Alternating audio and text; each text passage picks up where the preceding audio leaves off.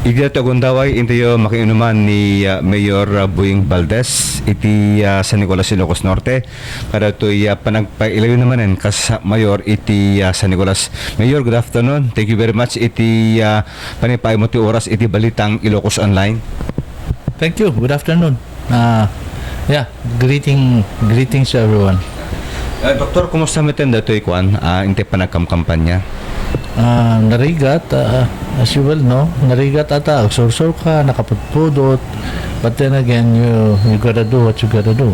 So, we reach out to people, iba kami dito platforma mi, nagkastamitan, anusan tayo, this is the price that we have to pay for our good intention to serve the people.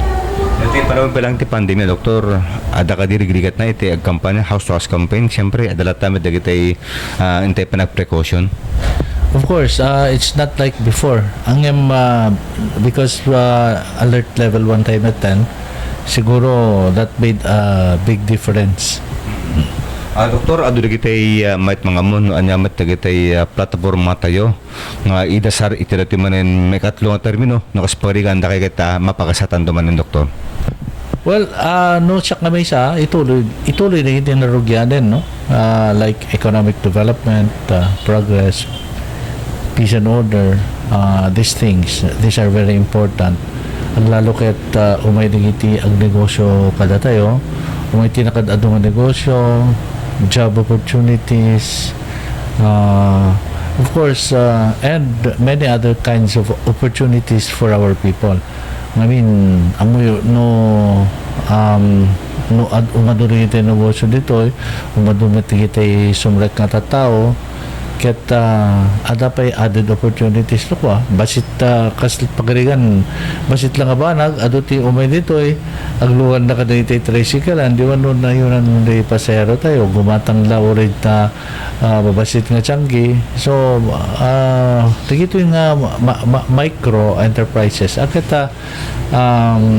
makatulong na iti panagduras, no? Babatit, dadakkel, all these things put together, talaga nga ako. Parang duras ti resulta na. Ngayon, adat pa dagiti didaktil nga kumpanya nga aginteresado nga umay iti San Nicolas kasi wari pandemic at adulat tamit ti Macder iti San Nicolas. Well, ti kinagweso na ket dikad adda dito duwa nga dadakkel nga BPOs dito yan ayan tayon. Kasla ka adupay ti mayat ngumay adupay ti agibaga nga factories nga kayat interested na ngumay ti San Nicolas. Yung kas na Doktor ket talaga isot tay agbarbalin nga business center nanguro na siguro yung tumalpas ti bypass road, so possible nga adun dagiti nakiuman kada kayo nga mayat ang agipatakder kada tinadakamat ng area. Yeah, adulat ta tilang agbaling nga problema tayo na koditan ket ditoy ownership ti lot-lote kasamitan siguro dati panaka-convert dito yung dagdaga ta amo market saan bet mabalin nga ipan mi amin ti ang baling amin nga commercial dito ta nung ti San Nicolas ket nakabasbasit we need farmlands also. This farmlands are important to us. Natakamat mo iti farming, Doktor. Naamuan mi nga dahil farmers kat ag problema da iti supply iti danum, especially iti upland areas iti San Nicolas. So, ano iti possible at ang programa nga hindi ito met idasar tumanan iti may katlong termino yun, Doktor. One thing nga inaramid tayo, may panggap iti problema ti danum, ket ito panangaramid may ti catch basins, no? The small water impounding projects, agaramid kami ti Basit nga Lake. Ket nadanon ko, hindi mangrugyak nga mayor, in 2004 that we had 3 of these small water impounding projects. Ket kung napintas dito kasi basit lang nga punan, basit lang ti Aramidem, agkali ka ti nakaununag, convince the landowners to participate nga ipabulod dati lote datap nun pagkatsanti kwata no awan bet ti no hamet mo susar dito yung lote, di na pintas. This is exactly what we did in Tatan, at nasurukin ng sa nga pulong nga small water impounding projects nga makatulong ka dito farmers tayo. You know, during summer, like kasla kumita, dati dito yung farmers nga awan ti supply na ti danom, kaya siyempre handa nga kwa kasi rain fed da, sa danto lang makatalon to ng mga ruin titudo. Ngayon tata ag talon da all year round because of the presence of the small water impounding projects. Ti kinapudno na kat na nayunan mi apin digitoy at damanen nayon na the latest one is in Barangay Santa Cecilia in Barabar, da tumulong met ng naruna kadagiti sugar cane farmers tayo. So dati mo orong nga danom kahit umaring ang supply for a year, Doktor? Tanto pala danom na uray tuno until the next rainfall. Dito ka sir nga water impounding dam, possible mo usar pa nga pagtarak ng ititilapia? Well, isong arod nga saan laing farming ngamin ti hanlaing nga dito crops nating pagpagay, corn, hanlang nga dito pagpupukan mo pa iti lames, kita dalames min ije kabanbantayan na dalames min, da supply mi ti lames, kit napindas launay nga source ti makan ga iti umili. Natakamat pa iti ekonomiya, Doktor. Alam mo tayo nga amin kat nagrigat narik na iti pandemya. So, anam natin dagiti programs tayo nga just to recover iti losses dagiti small business enterprise iti San Nicolas, Doktor. Mas pagadiyan ko ito dito staff meeting. Every Monday we have staff meeting. 3 staff meetings ago sa ada kunanan ni municipal treasurer mi nga ada digitay napangabi actually na pa siya rejection daan ada digitay bakante nga paglakwan ket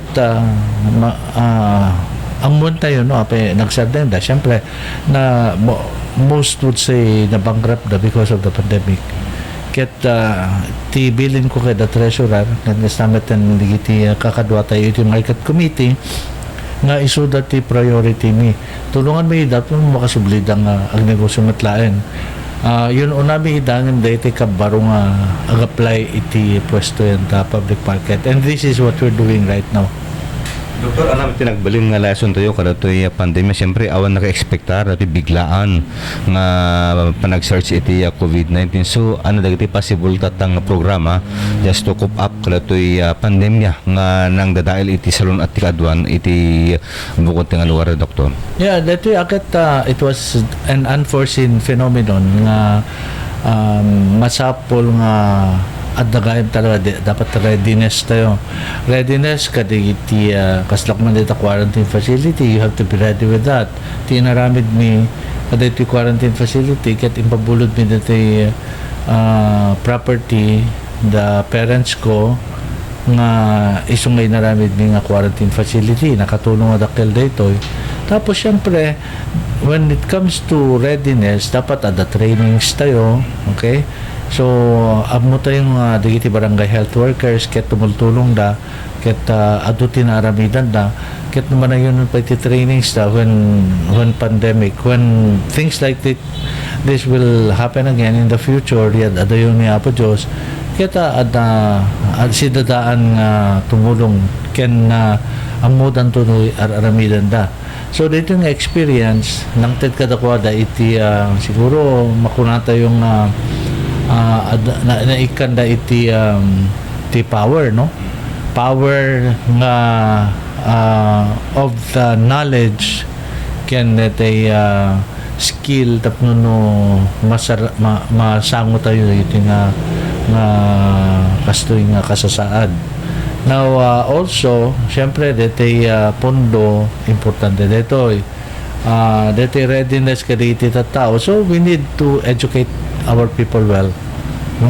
So and then syempre iti biyang ti health sector i-strengthen tayo pa dati health sector. So possible mapipigsan to health facility iti San Nicolas, Doktor? Well, urimat pa idi kat talaga met nga iso ti araramidan tayo dito sa Nicolas kasi we are one of the few rural health units nga siguro ada we have a laboratory, ada x-ray, ada ultrasound, these things. Kitam Doktor, dato yung atan ti panagmudon ti pandemya kasi adumatin na tinadalan nga kailan iti San Nicolas. Well, you never can tell, no? Ngamin ni China, kasla na pintas din eh. Bigla ada nag-search in some parts of China. Kaya it can happen to us. So, masapulat nga ituloy tayo dati mga mo nuwa natin mabalin tayo pa yung aramitan kan gasamitan dati yung pag-iingat aglalalo kat we are in the verge of going face to face again in the schools saan tayo nga mabalin nga ipalubos nga ti agbalin nga biktima itatan nga ito bing. Nakamat mo ti face-to-face classes, Doktor. Kumusta matin iti eskwela iti San Nicolas? Napalubos ng daka din, sir, nga full capacity face-to-face classes iti ang eskwela? I don't think full capacity is allowed just yet. Dati naka-ready dito yung eskwela ta napanbet sinusur amin nidan kaya naka-ready dan. Now, no man pa ikas jay, tisaok, ada kita inubrami dito yung nakatulong ka dito basbasag, lalo ka dito elementary and even high school. Kaputa, we did not only provide them with tulong nga may panggap iti library nga da internet connection na ado nga computer na can kasabot and already barangay because we created the barangay learning centers. We have the barangay education workers program wherein digiti ubing nga marigatan nga mangsango ka dito modules na kastameten digiti ubing who do not have parents or whose parents are unable to teach them in their houses at digiti volunteers pingatang surti 24 barangays tapno digito yung volunteers isudat yung mga isuro kadigiti modules and makita mo nga talaga nakapimpintas dito nga programa because we have many volunteers including retired teachers, retired principals, even doctorate teachers. Makita mo nga isuda mismo ang isuro da ka dito yung ubing and you will really appreciate what they do. Okay, thank you very much, Mayor Boying Valdez. Sir, dapat dagiti kayo itong ipakamo ko lang ito viewers dito, ito gundawa. Just go ahead, please. Okay, so, DJ, dito yung napakpakadaan nga napasabak, nang nangro nga kada ito napalabas nga doon nga tawen, kaya siguro pagyamanan ti municipality of San Nicolas, lagi timultulong, ado timulong from abroad timulong da ayuda tunggal barangay at da ayuda nga agapoy jay abroad. Siguro this is an opportune time to thank all of you. Tauray no nag-thank you kami di na palabasan, ag-thank you kami manen kan gastameten, ag-thank you tayo kadigiti volunteers tayo nga tumultulong not only in the health sector but also in the Department of Education.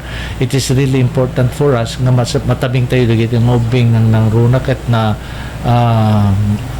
kunata yung isuda ti pag-asa ng bayan in the future, but if we do not do anything nga mangtulong katakwadan ng runa dito pinagadal da ket awan serbina no ko dito good intentions tayo, but if our good intentions are put into action, I think we can never go wrong. Thank you. Okay. Ni incumbent Mayor Boying Valdez iti San Nicolas, Ilocos Norte inkanaygan nagitay plataporma ken nagitay itultuloy nga proyekto iti ilit ti San Nicolas, Ilocos Norte. Dennis Gabriel Alipio para iti Balitang Ilocos Online. This is Balitang Ilocos Online.